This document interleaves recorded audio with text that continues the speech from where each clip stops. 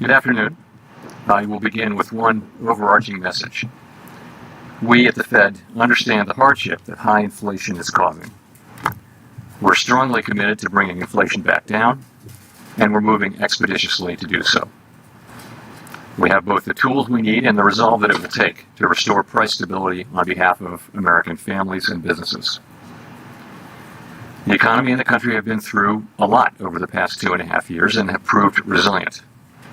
It is essential that we bring inflation down if we are to have a sustained period of strong labor market conditions that benefit all. From the standpoint of our congressional mandate to promote maximum employment and price stability, the current picture is plain to see. The labor market is extremely tight, and inflation is much too high. Against this backdrop, today the Federal Open Market Committee raised its policy interest rate by 0.75 percentage point, and anticipates that ongoing increases in that rate will be appropriate. In addition, we are continuing the process of significantly reducing the size of our balance sheet. I'll have more to say about today's monetary policy actions after briefly reviewing economic developments. Overall economic activity edged down in the first quarter as unusually sharp swings in inventories and net exports more than offset continued strong underlying demand. Recent indicators suggest that real GDP growth has picked up this quarter, with consumption spending remaining strong. In contrast, growth in business fixed investment appears to be slowing, and activity in the housing sector looks to be softening, in part reflecting higher mortgage rates. The tightening in financial conditions that we've seen in recent months should continue to temper growth and help bring demand into better balance with supply. As shown in our summary of economic projections, Fomc participants have marked down their projections for economic activity, with the median projection for real GDP growth running below 2% through 2024. The labor market has remained extremely tight, with the unemployment rate near a 50-year low, job vacancies at historical highs, and wage growth elevated. Over the past 3 months, employment rose by an average of 408,000 jobs per month, down from the average pace seen earlier in the year, but still robust. Improvements in labor market conditions have been widespread, including for workers at the lower end of the wage distribution, as well as for African Americans and Hispanics. Labor demand is very strong, while labor supply remains subdued, with the labor force participation rate little changed since January. FOMC participants expect supply and demand conditions in the labor market to come into better balance, easing the upward pressures on wages and prices. The median projection in the S&P for the unemployment rate rises somewhat over the next few years, moving from 3.7% at the end of this year to 4.1% in 2024, levels that are noticeably above the March projections. Inflation remains well above our longer-run goal of 2%. Over the 12 months ending in April, total PCE prices rose 6.3%, excluding the volatile food and energy categories. Core prices rose 4.9%. In May, the 12-month change in the Consumer Price Index came in above expectations at 8.6%, and the change in the core CPI was 6%. Aggregate demand is strong. Supply constraints have been larger and long-lasting than anticipated, and price pressures have spread to a broad range of goods and services. The surge in prices of crude oil and other commodities that resulted from Russia's invasion of Ukraine is boosting prices for gasoline and food, and is creating additional upward pressure on inflation. And COVID-related lockdowns in China are likely to exacerbate supply chain disruptions. FOMC participants have revised up their projections for inflation this year, particularly for total PCE inflation, given developments in food and energy prices. The median projection is 5.2% this year and falls to 2.6% next year and 2.2% in 2024. Participants continue to see risks to inflation as weighted to the upside. The Fed's monetary policy actions are guided by our mandate to promote maximum employment and stable prices for the American people. My colleagues and I are acutely aware that high inflation imposes significant hardship, especially on those least able to meet the higher costs of essentials, like food, housing, and transportation. We are highly attentive to the risks high inflation poses to both sides of our mandate, and we're strongly committed to returning inflation to our 2% objective. Against the backdrop of the rapidly evolving economic environment, our policy has been adapting, and it will continue to do so. At today's meeting, the committee raised the target range for the federal funds rate by 0.75 percentage point, resulting in a 1.5 percentage point increase in the target range so far this year. The committee reiterated that it anticipates that ongoing increases in the target range will be appropriate. And we are continuing the process of significantly reducing the size of our balance sheet, which plays an important role in firming the stance of monetary policy. Coming out of our last meeting in May, there was a broad sense on the committee that a 0.5 percentage point increase in the target range should be considered at this meeting if economic and financial conditions evolved in line with expectations. We also stated that we were highly attentive to inflation risks and that we would be nimble in responding to incoming data and the evolving outlook. Since then, inflation has again surprised to the upside. Some indicators of inflation expectations have risen, and projections for inflation this year have been revised up notably. In response to these developments, the committee decided that a larger increase in the target range was warranted at today's meeting. This continues our approach of expeditiously moving our policy rate up to more normal levels, and it will help ensure that longer-term inflation expectations remain well anchored at 2%. As shown in the SEP, the median projection for the appropriate level of the federal funds rate is 3.4% at the end of this year, a percentage point and a half higher than projected in March, and 0.9 percentage point above the median estimate of its longer run value. The median projection rises further to 3.8% at the end of next year and declines to 3.4% in 2024, still above the median longer run value. Of course, these projections do not represent a committee plan or decision, and no one knows with any certainty where the economy will be a year or more from now. Over coming months, we will be looking for compelling evidence that inflation is moving down, consistent with inflation returning to 2%. We anticipate that ongoing rate increases will be appropriate.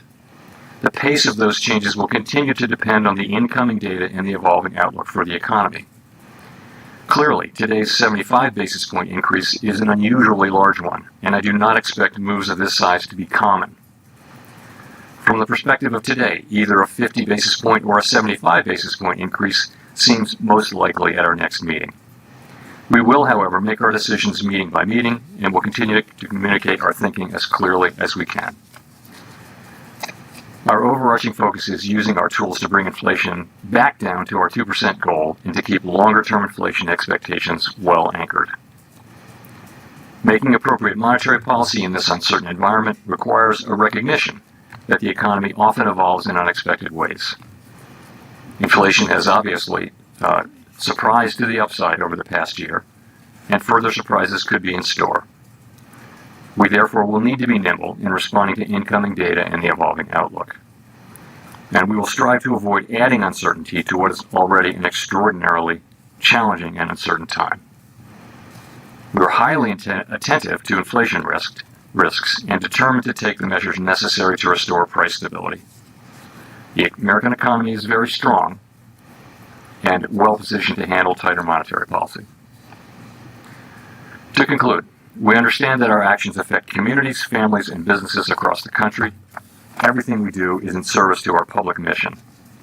We at the Fed will do everything we can to achieve our maximum employment and price stability goals. Thank you, and I look forward to your questions. Thank you. Howard Schneider with Reuters. Two related questions. Chair Powell, did you feel you boxed yourself in with the language you used at the last press conference on 50 basis point hikes in June and July? And would you please give us as detailed a sense you can of what role you played in reshaping market expectations so quickly on Monday? So, as you know, we always aim to provide as much clarity as we can about our policy intentions, subject to the inherent uncertainty in the economic outlook, because we think monetary policy is more effective when market participants understand how policy will evolve, when they understand our objective function, our reaction function. And in the current highly unusual circumstances with inflation well above our goal, we think it's helpful to provide even more clarity than usual, again, subject to uncertainty in the outlook. So, and I think over the course of this year, financial markets have responded and have generally shown that they understand the path we're laying out. Of course, it remains data dependent, and so that's what we generally think about guidance, and that's why we offer it. And of course, when I offered that guidance at the last meeting, I did say that it was subject to the economy performing about in line with expectations. I also said that if the economy performed, if data came in worse than expected, then we would consider moving even more aggressively. So we got the CPI data and also some data on inflation expectations late last week, and we thought for a while, well, this is the appropriate thing to do. So then the question is, what do? And do you wait 6 weeks to do it at the next meeting? And I think the answer is that's not where we are with this. So we decided we needed to go ahead, and so we did. And that's really how we made the decision. Gina?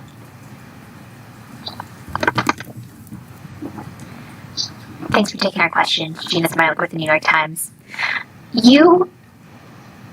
I guess I wonder if you could describe for us a little bit how you're deciding how aggressive you need to be. So obviously 75 today. What did 75 achieve that 50 wouldn't have, and why not just go for a full percentage point at some point? Sure. So if you take a step back, what we're looking for is compelling evidence that inflationary pressures are abating and that inflation is moving back down. And we'd like to see that in the form of a series of declining monthly inflation readings. That's what we're looking for. And by this point, we had actually been expecting to see clear signs of at least inflation flattening out and ideally beginning to decline. We've said that we'd be data dependent, focused on incoming data, highly attentive to inflation risks, the things that I mentioned to Howard moments ago. So contrary to expectations, inflation again surprised to the upside.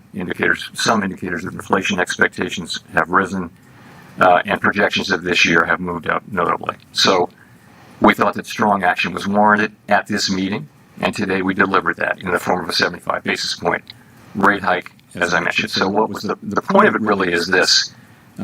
We've been moving rates up expeditiously to more normal levels. And over the course of the 7 months since we pivoted and began moving in this direction, we've seen financial conditions tighten, and appropriately so. But the federal funds rate, even after this move, is at 1.6%.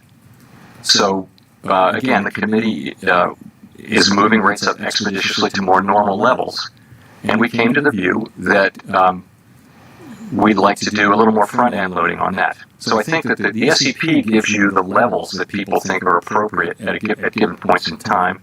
This was really about the speed with which you would get there. So as I mentioned, we 75 basis points today. I said the next meeting could well be about a decision between 50 and 75. That would put us at the end of the July meeting, in that range, in that more normal range, and that's a desirable place to be because you begin to have more optionality there about the speed with which you would proceed going forward.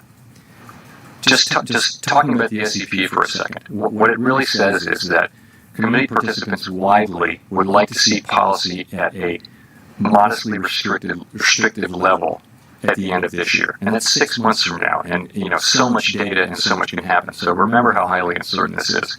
But so that is generally a range of 3 to 3.5%. That's where people are, and that's what they want to see, knowing what they know now and understanding that we need to show result, but also be flexible to incoming data as we see it. If things are better, we don't need to do that much. So, and if they're not, then we either do that much or possibly even more. But in any case, it will be very data dependent. Then you're looking at next year, and what you're seeing is people see a bit more tightening in a range of maybe 3.5% to 4%, and that's generally what people see as the appropriate path for getting inflation under control and starting back down and getting back down to 2%. So 75 basis points seem like the right thing to do at this meeting, and that's what we did. Steve Leachman, CNBC. Thank you for taking my question, Mr. Chairman. You have not used the phrase in a long time, monetary policy is in a good place, which is a phrase that you used to use often. Now that the committee is projecting 4% or 3.8% next year in terms of the funds rate, which is similar to where the market is now, the futures market at 4% funds rate next year. Do you think that's a level that is going to be sufficiently high enough to deal with and bring down the inflation problem? And just as a follow-up, could you break that apart for me? How much of that is restrictive, and how much of that is a normal positive rate that ought to be embedded or not, in your opinion, in the funds rate? Thank you. Sure. So the question really is, how high does the rate really need to go? And this is, the estimates on the committee are in that range of 3.5% to 4%. And how do you think about that? Well, you can think about the longer run neutral rate. You can compare it to that, and we think that's in the mid-2s. You can look, frankly, at broader financial conditions. You can look at, asset prices. You can look at the effect they're having on the economy, rates, asset prices, credit spreads. All of those things go into that. You can also look at the yield curve and ask, all along the yield curve, where is the policy rate? So for much of the yield curve now, real rates are positive.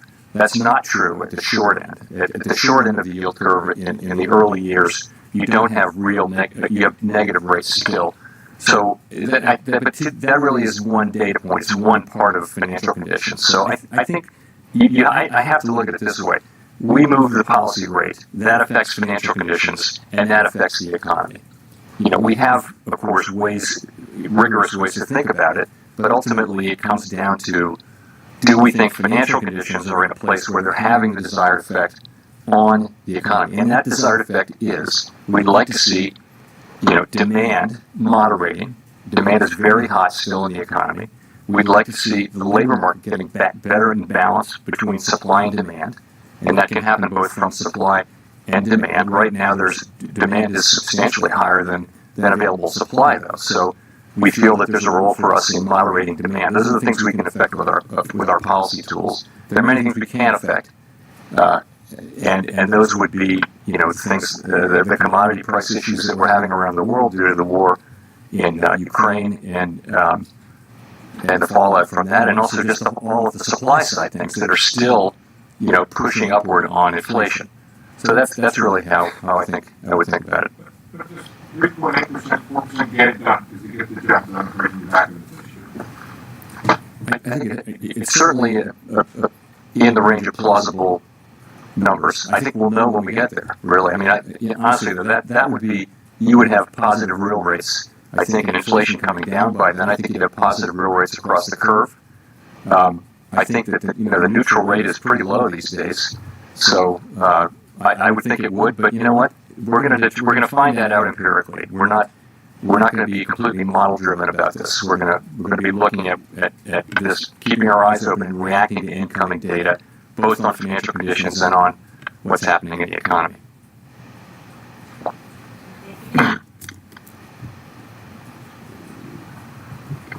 Thanks. Nick Timrose of the Wall Street Journal.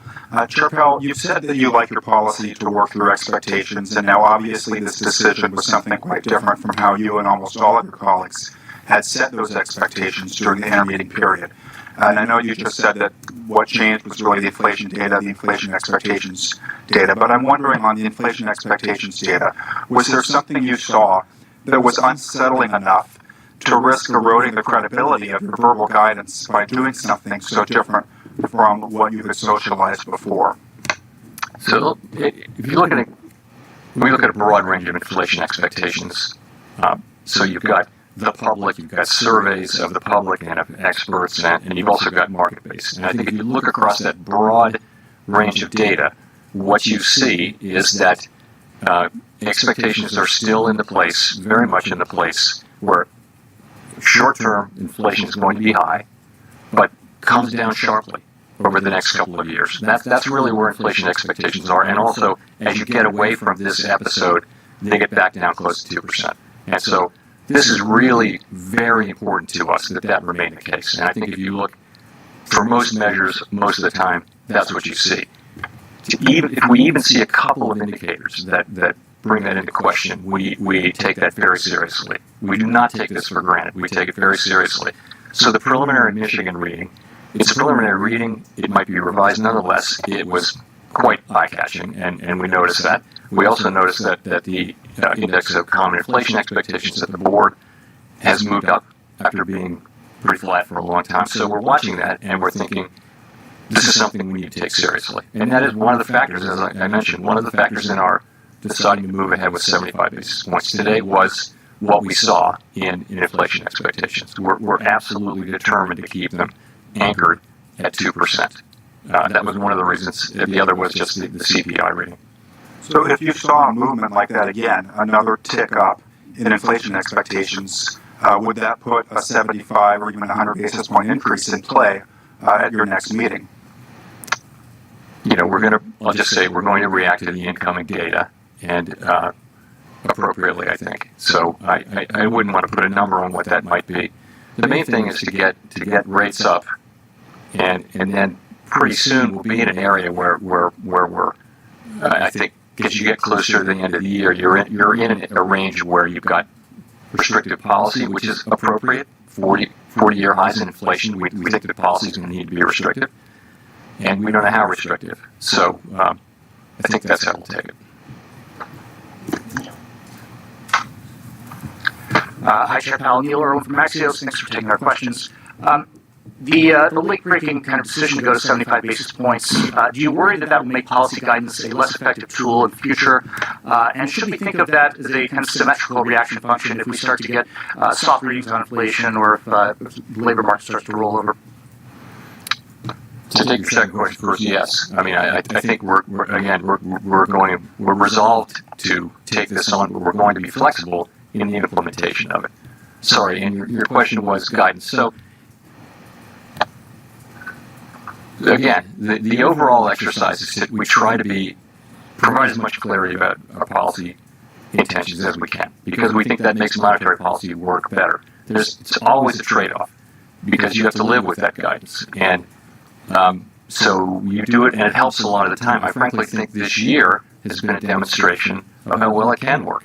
With us having really just done very little in the way of raising interest rates, financial conditions have tightened quite significantly through the expectations channel, as we've made it clear what our plans are. So I think that's been a very healthy thing to be happening. So, and I would hope that it's always going to be any guidance that we give is always going to be subject to things working out about as we expect.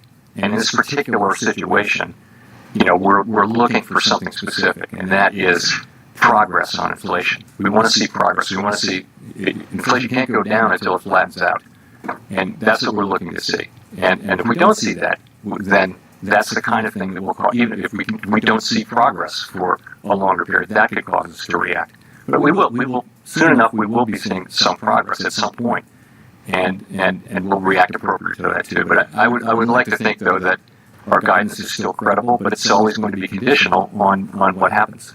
This is an unusual situation to get some data late in during blackout, very close to our meeting. Very unusual to one that would actually change the outcome. So I've only seen in my 10 years plus here at the Fed, I've only seen something like that, even close to that, one or two times. So I don't think it's something that'll come up a great deal.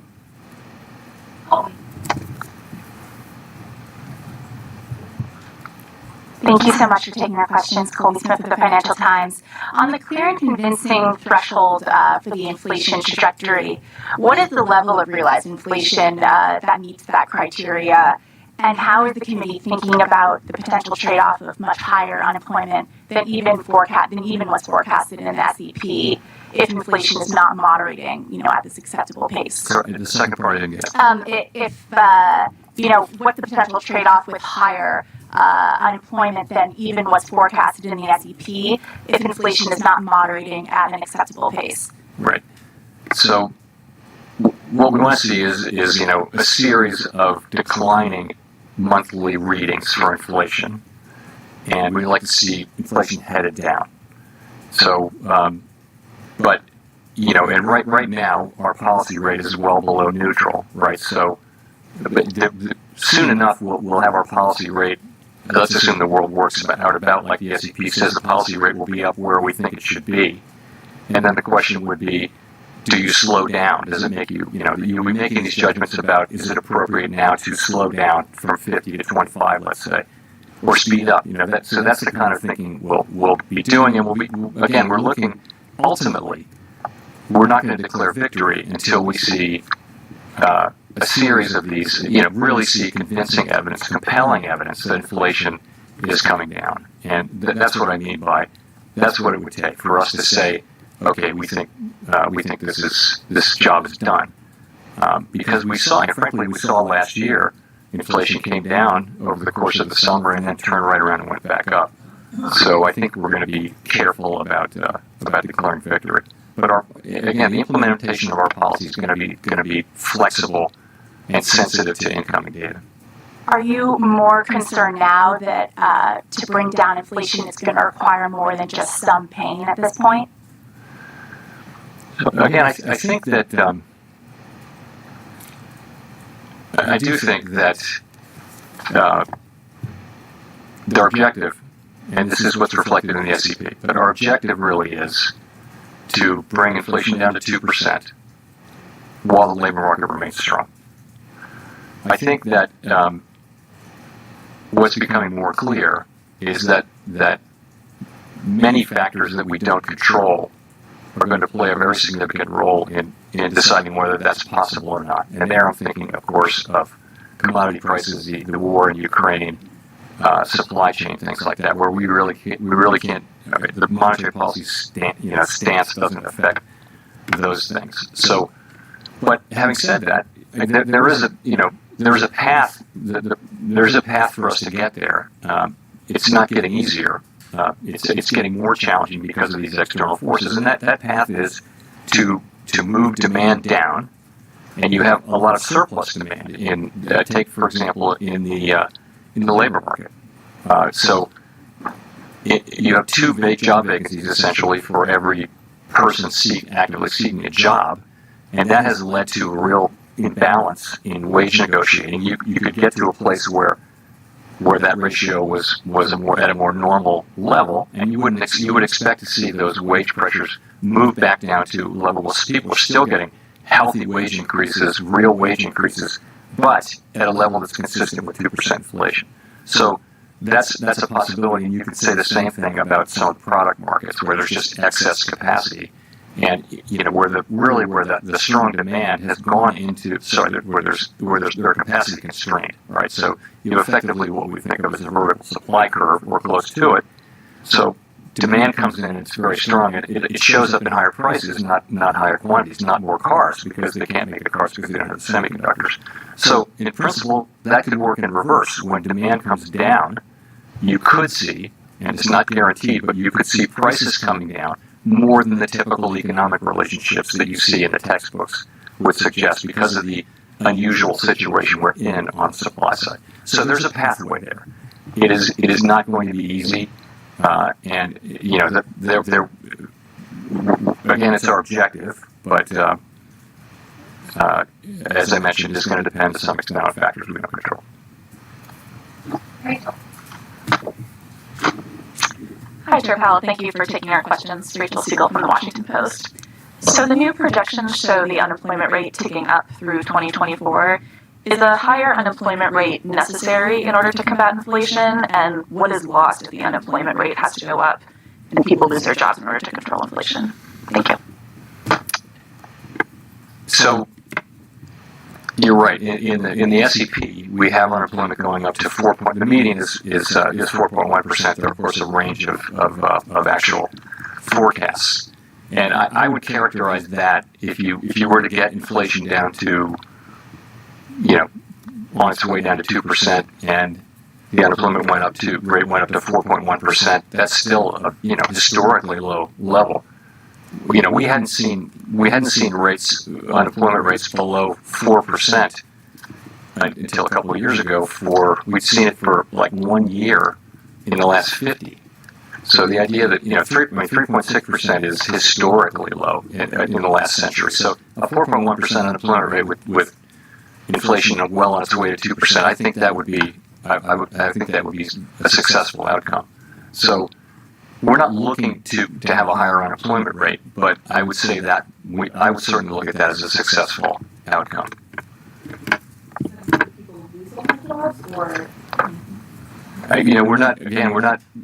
We don't seek to put people out of work. Of course, we never think too many people are working and fewer people need to have jobs. But we also think that you really cannot have the kind of labor market we want without price stability.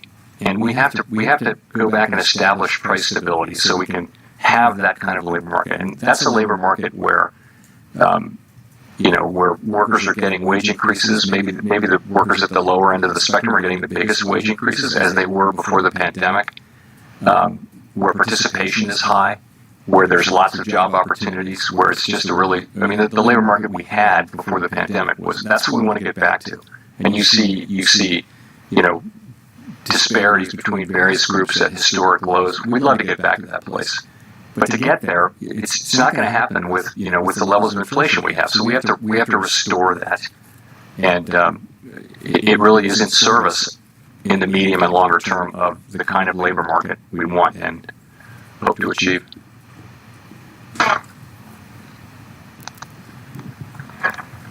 Hi, Chair Powell, Matthew Bosa with Bloomberg.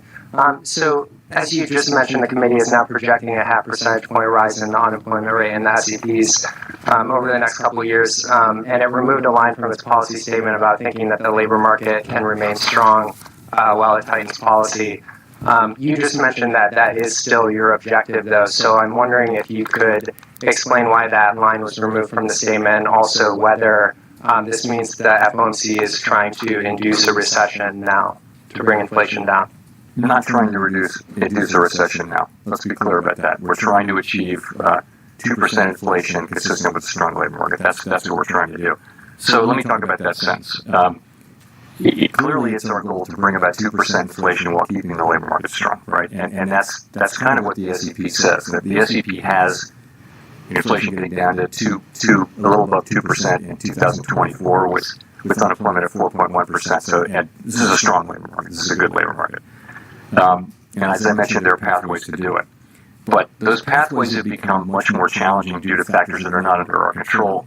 Again, thinking here of the fallout from the war in Ukraine, which has brought a spike in prices of energy, food, fertilizer, industrial chemicals, and also just the supply chains more broadly, which have been larger and longer lasting than anticipated. So the sentence that we deleted said that we believe that appropriate monetary policy effectively alone can bring about the result of 2% inflation with a strong labor market.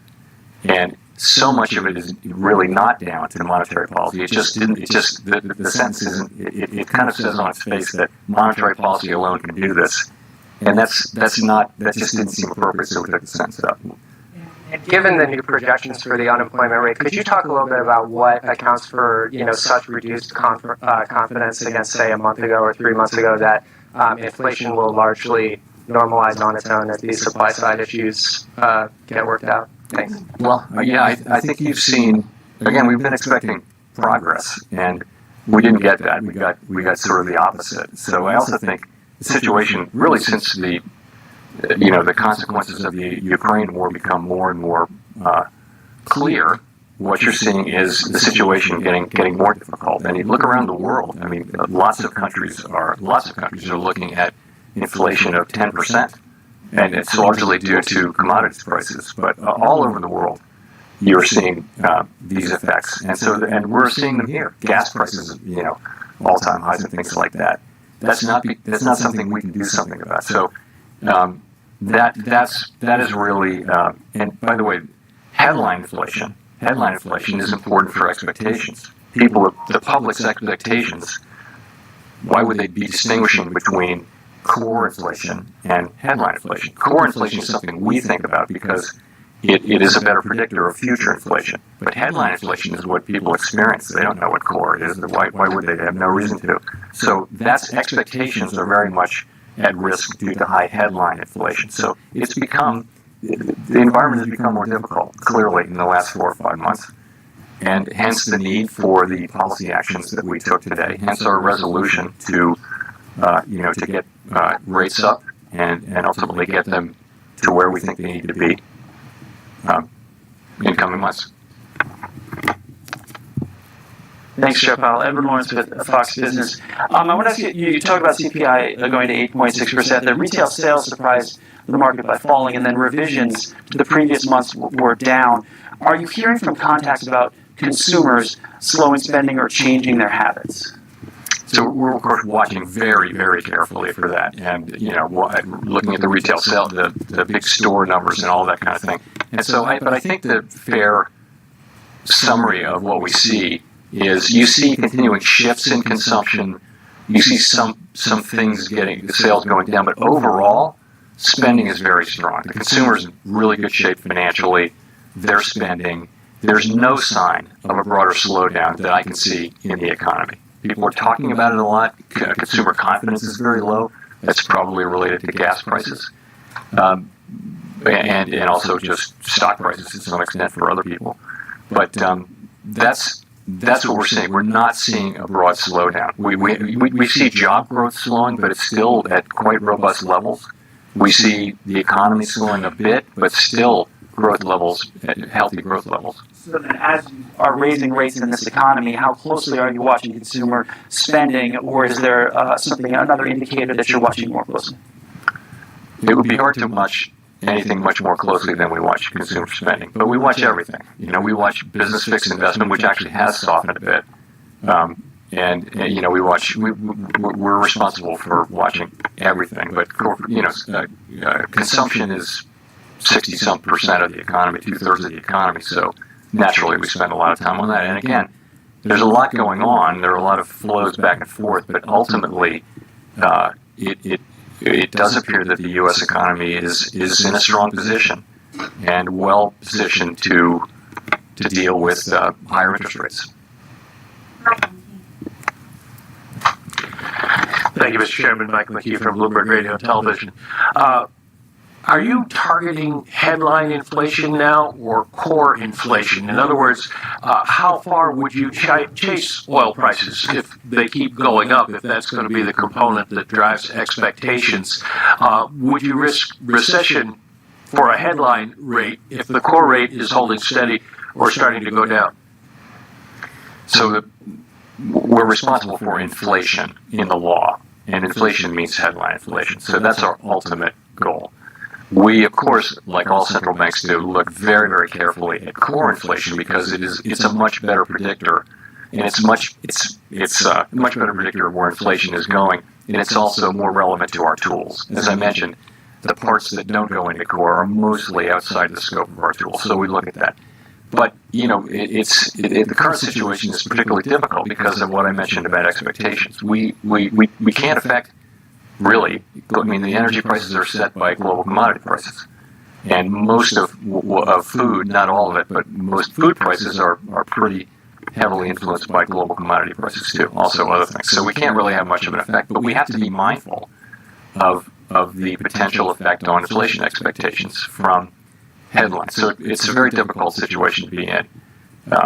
And we can't do much about the difference between the elements that make up headline that are not in core. Can I just, as a follow-up, get a clarification on the SEP? When the members gave their forecasts, when were they inserted into the record? Were they revised after the CPI or Michigan numbers came out? In other words, does the SEP as we have it now reflect the same factors that led you to go to a 75 basis point move? The SEP is of one piece. It reflects all of the economic readings. It also reflects the 75 basis point increase. This is important. So people had that in hand when their SEPs were submitted. So in other words, it's not in addition to what's in the SEP. The SEP, everyone's SEP reflects their thinking about this rate increase and what's going forward.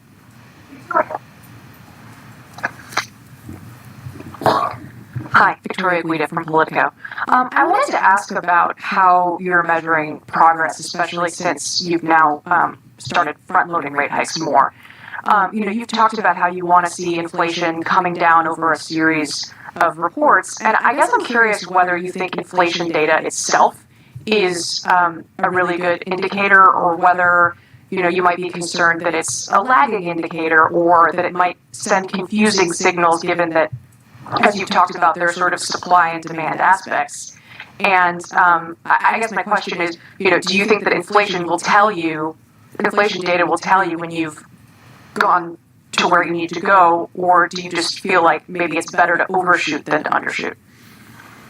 So I think the role that we can play, maybe the way to get it is to say that the role that we can play is around demand, right? So, and we'll be able to see the areas that we can affect are those that are associated with excess demand.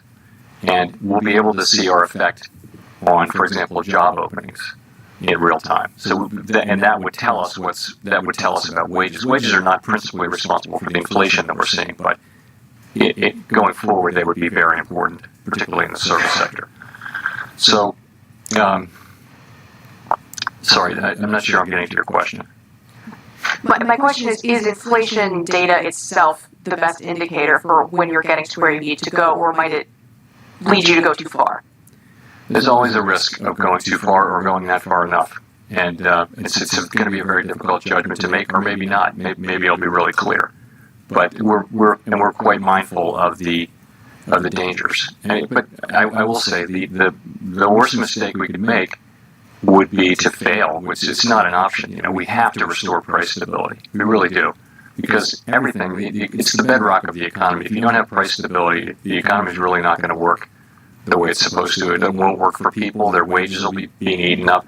So we want to get the job done. This inflation happened relatively recently. We don't think that it's affecting expectations in any kind of fundamental way. We don't think that we're seeing a wage price spiral. We think that the public generally sees us as very likely to be successful in getting inflation down to 2%, and that's critical. It's absolutely key to the whole thing that we sustain that confidence. So that's how we're thinking about it.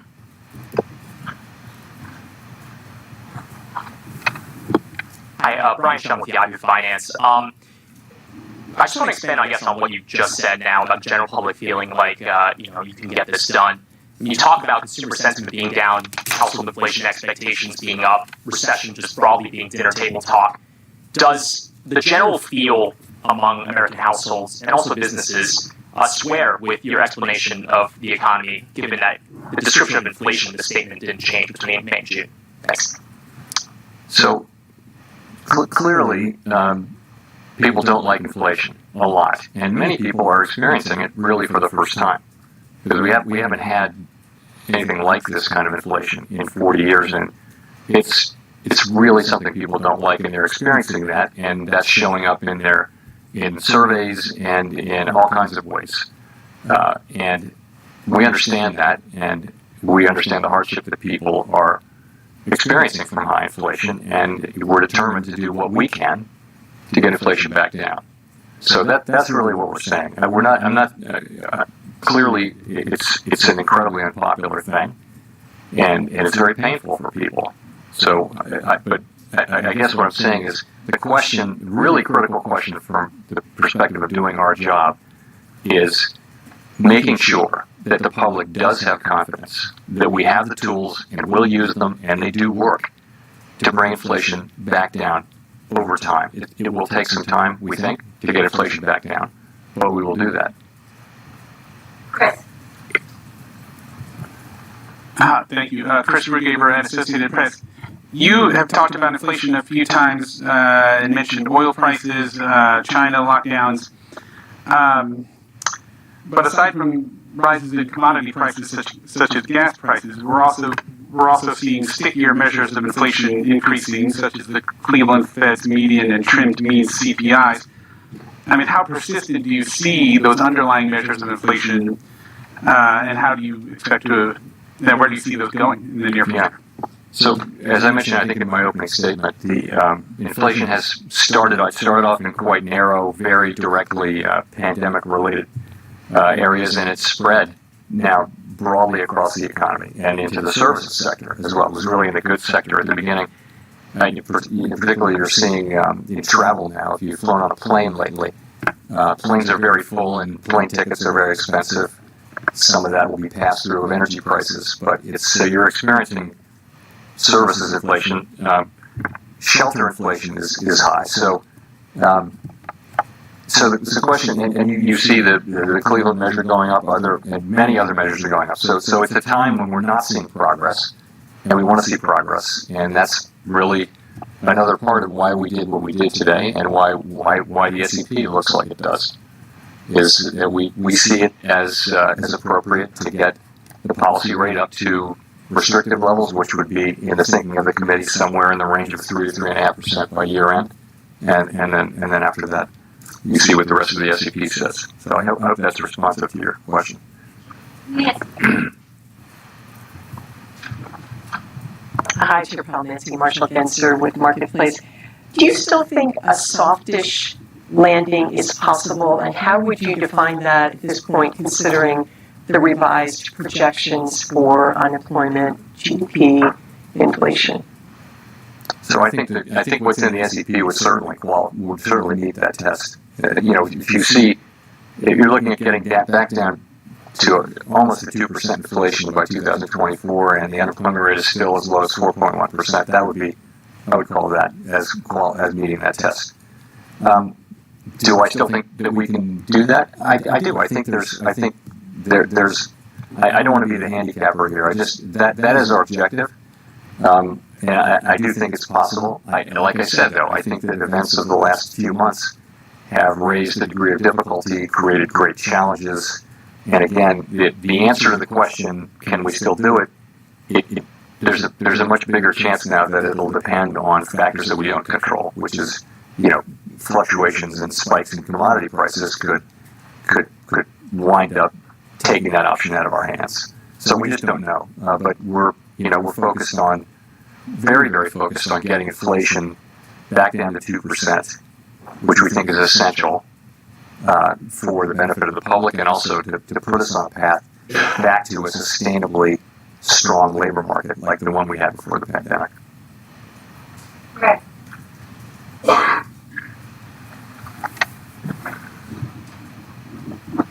Thank you. Greg Rapp from MarketWatch.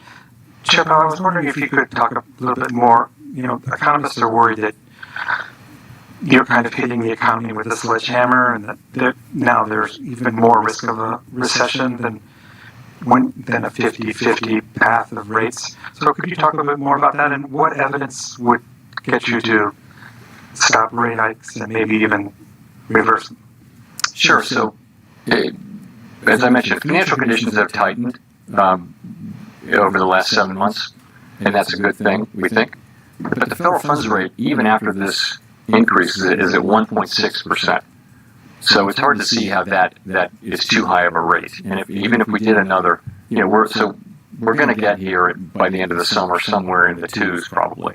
Still, that's still a low rate. So that's not a rate that is calculated to bring a recession on. And by then we'll have seen a whole lot more data. As I mentioned a couple times, the committee's views are around a modestly restrictive stance, which would be in the 3 to 3.5% range by the end of this year. But that's conditioned on that being the appropriate thing to do. If we see data going in a different direction, it'll be reflected in our policy, as you see today. We'll be watching if things go in a direction we don't expect, then we're going to adapt. And I would say this is a highly uncertain environment, extraordinarily uncertain environment. So again, we'll be determined and resolved, but flexible.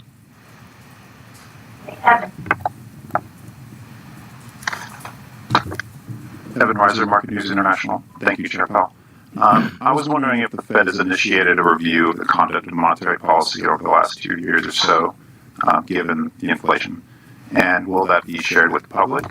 And then secondly, given the illiquidity and the extraordinary volatility in financial markets, are you concerned that QT will make that worse? Sorry, what was your question on QT? Just given the illiquidity and extraordinary volatility in financial markets, whether QT will make things worse. Of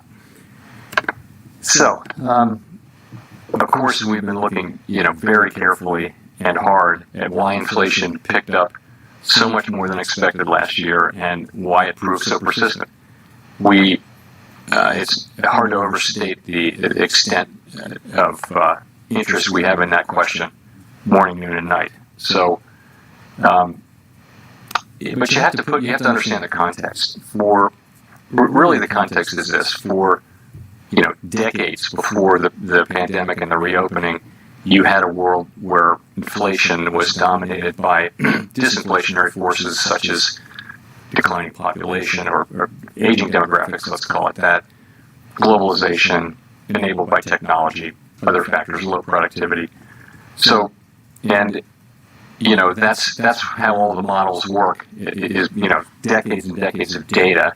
They look at that. It's a very flat Phillips curve work, and the supply shocks tend to be transient, right?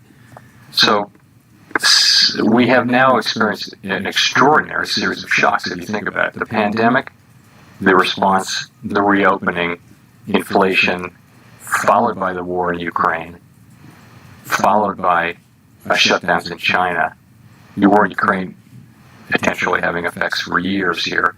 So we're aware that a different set of forces are driving the economy. We have been, obviously, for quite a while, that these forces are different.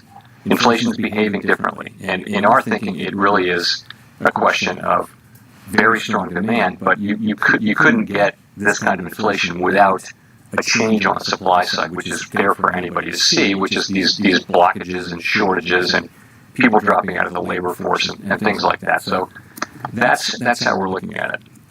And we've done a lot of work internally on and thinking about what all that means. The thing is, you don't know whether those forces to what extent are they going to be sustained. In other words, will we go back to a world where it looks a little more like the old world, or are we really going to be in a world where major supply shocks go on and on? The history is you see these waves of supply shocks, as you did in the 70s, and then they go away, and there's a new normal, things settle down. But honestly, we don't know what that's going to be. In the meantime, we have to find price stability in this new world and maximum employment in this new world where clearly inflationary forces you're seeing them everywhere. Again, if you look around the world at where inflation levels are, it's absolutely extraordinary. It's not just here. In fact, we're sort of in the middle of the pack. Although I think we have, of course, a different kind of inflation than other people have, and partly because our economy is stronger and more highly recovered. So that's what we're doing. We've done a lot of introspection and work on that. And on QT, we've communicated really clearly to the markets about what we're going to do there. Markets seem to be okay with it. We're phasing in. Treasury issuance is down quite a lot from where it's been. So I have no reason to think markets are forward-looking and they see this coming. I have no reason to think it will lead to illiquidity and problems. It seems to be kind of understood and accepted at this point. For the last question, we'll go to Mark. Mr. Chairman, Mark Hamrick with Bankrate. Wonder what your assessment is about the outlook for the housing market given the years-long increase in home prices and now the sharp rise in mortgage rates. And all that, of course, given the heightened sensitivity around the housing market, given the fact that it was a trigger for the great financial crisis over a decade ago. Thank you. Sure. So rates were very low. A good place to start is that rates were very, very low for quite a while because of the pandemic and the need to do everything we could to support the economy when unemployment was 14% and the true unemployment rate was well higher than that. So, and that was rates are low and now they're coming back up to more normal or above levels. So, in the meantime, while rates were low and while demand was really high, obviously demand for housing changed from wanting to live in urban areas to some extent to living in single-family homes in the suburbs, famously, and so the demand was just suddenly much higher and low. So we saw prices moving up very, very strongly for the last couple of years. So that changes now, and rates have moved up. We're well aware that mortgage rates have moved up a lot, and you're seeing a changing housing market. We're watching it to see what will happen. How much will it really affect residential investment? Not really sure. How much will it affect housing prices? Not really sure. Obviously we're watching that quite carefully. You would think over time, so there's a tremendous amount of supply in the housing market of unfinished homes. And as those come online, whereas the supply of finished homes, the inventory of finished homes that are for sale is incredibly low, historically low. So that it's still a very tight market. So prices may keep going up for a while, even in a world where rates are up. So it's a complicated situation. We watch it very carefully. I would say if you're a home buyer, somebody or a young person looking to buy a home, you need a bit of a reset. We need to get back to a place where supply and demand are back together, and where inflation is down low again, and mortgage rates are low again. So this will be a process whereby we do our work in a way where the housing market settles in a new place and housing availability and credit availability are at appropriate levels. So thank you very much.